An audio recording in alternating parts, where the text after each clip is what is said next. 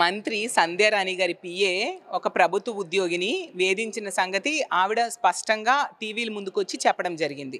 సాక్ష్యాధారాలతో సహా చెప్పడం జరిగింది. ఆవిడ పోలీస్ స్టేషన్లో కంప్లైంట్ ఇచ్చారు, మంత్రి గారికి కంప్లైంట్ ఇచ్చారు, లోకేష్ గారికి కంప్లైంట్ ఇచ్చారు. ఇన్ని చేసినా కూడా ఎటువంటి చర్యలు కూడా వాళ్ళు తీసుకోలేదు సరికదా. ఆమెకి తిరిగి వేధించిన పరిస్థితి మనం చూసాం. ఒక రూరల్ ప్రాంతానికి ఆవిడే స్వయంగా ట్రాన్స్ఫర్ చేశారు. ఆవిడ ఒక మహిళ అయ్యుండి ఒక మహిళా శిశు సంక్షేమ శాఖ మంత్రిగా పనిచేస్తూ ఈ విధంగా వ్యవహరించడం ఎంతవరకు సమంజసం? అసలు తెలుగుదేశం పార్టీ అనేది తెలుగు దండుపాలెం పార్టీగా ఈరోజు మారిపోయింది.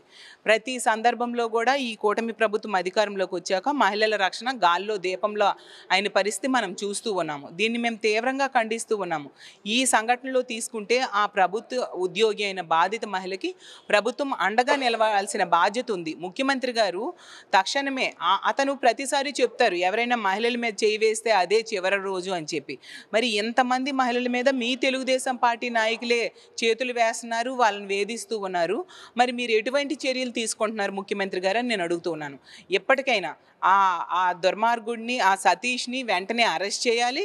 అలాగే మంత్రి ఆ బాధితురాలికి కాకుండా బాధించిన వాడికి సపోర్ట్ చేసినందుకు ఆవిడికి తక్షణమే బర్తరఫ్ చేయాల్సిన బాధ్యత ఉంది. హోంమంత్రి గారు మాట్లాడితే డైలాగులు చెప్తారు, గన్ అంటారు, గన్ లేదంటారు. కానీ ఆమె వెనకున్న పోలీసుల చేతిలో గన్ ఉంది కదా, వాటిని ఉపయోగించమనండి. అలాగే తీసుకుంటే ఆమె చెప్పింది, ఎవరో మంత్రి గారి కుమారుడు దగ్గర నుంచి కూడా వేధింపులు వస్తున్నాయి ఈ పిఏ ద్వారా అనేసి చెప్పడం జరిగింది. ఎవరా మంత్రి, ఎవరా కుమారుడు కూడా బయట పెట్టాల్సిన అవసరం ఉంది. ఎప్పటికైనా ఆ బాధిత మహిళకి ప్రభుత్వం అండగా నిలబడాలి. అలాగే తీసుకుంటే ఆ మహిళ పోలీస్ కంప్లైంట్ ఇచ్చిన నిర్లక్ష్యంగా వ్యవహరించిన పోలీసుల్ని వెంటనే సస్పెండ్ చేయాలని తెలియజేస్తూ ఉన్నాను.